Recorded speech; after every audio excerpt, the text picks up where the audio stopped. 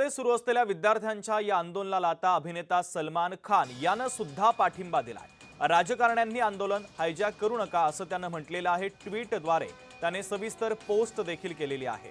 सरकार देखील विद्यार्थ्यांना पाठिंबा देईल आणि शिक्षण व्यवस्था मजबूत करेल असा विश्वास अभिनेता सलमान खान यानं व्यक्त केलेला आहे।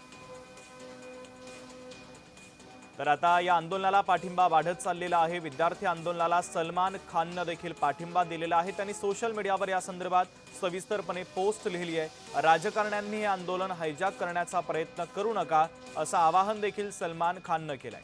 सरकार देखील विद्यार्थ्यांना पाठिंबा देईल, सहकार्य करेल असं सलमान खान आपल्या ट्विटरवरील पोस्टमध्ये म्हणतोय।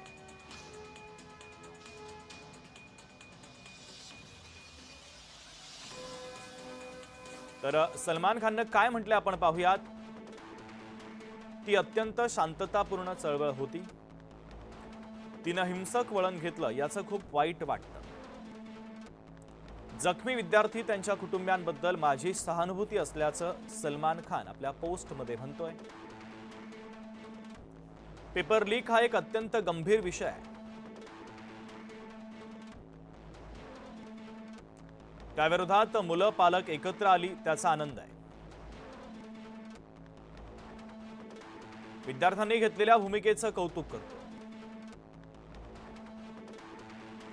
ही पिढी शिक्षणाप्रती प्रेरित आणि प्रोत्साहित आहे।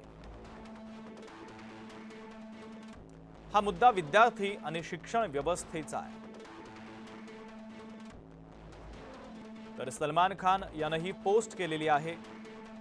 त्याचं राजकीय अपहरण केलं जाऊ शकतं, या सर्व आंदोलनाचं श्रेय फक्त आणि फक्त देशातील विद्यार्थ्यांनाच गेलं पाहिजे असं सलमान खान आपल्या पोस्टमध्ये म्हणतोय। तर जंतर मंतरवरील या आंदोलनाला आता बॉलिवूडमधून देखील वाढता पाठिंबा पाहायला मिळतोय। मुंबईतल्या आंदोलनामध्ये अभिनेता इम्रान खाननं भाग घेतला।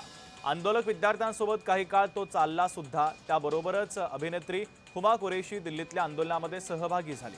जंतर मंतरवर जाऊन हुमा कुरेशीनं आंदोलक विद्यार्थ्यांची भेट घेतली, त्यांच्याशी संवाद देखील साधला।